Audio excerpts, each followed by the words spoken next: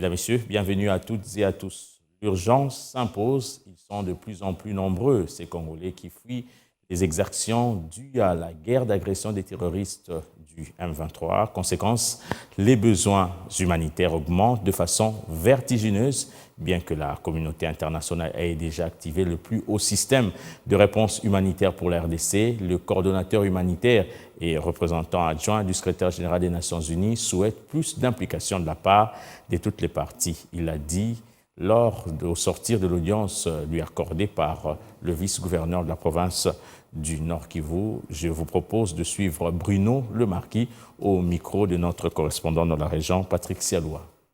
Lors de cette visite, j'ai eu l'occasion de visiter hier le site de Lushagala,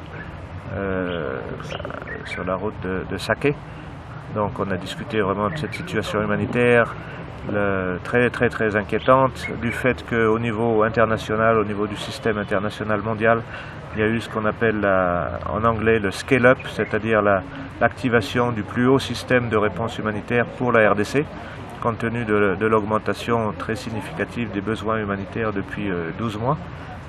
Comme vous le savez, il y a eu énormément de déplacés supplémentaires du fait de la reprise, de la résurgence du mouvement M23, avec ses conséquences directes au Nord Kivu, 1,2 million de personnes déplacées.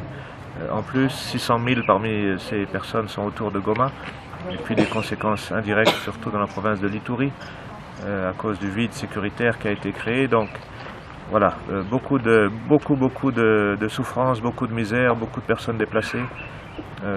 Les acteurs humanitaires sont débordés. On l'a vu hier à Lushagala, beaucoup est en train d'être fait, mais il y a tellement de besoins. Donc on a discuté de tout ça, du rôle de l'autorité provinciale aussi. Il y a toujours cette question des sites. Pour le moment, il y a eu 2 sites qui ont été alloués par les autorités, à Bushagara et à Rusaya 2, qui ont permis de construire, pour que les acteurs humanitaires construisent des abris des abris provisoires, mais de meilleure qualité.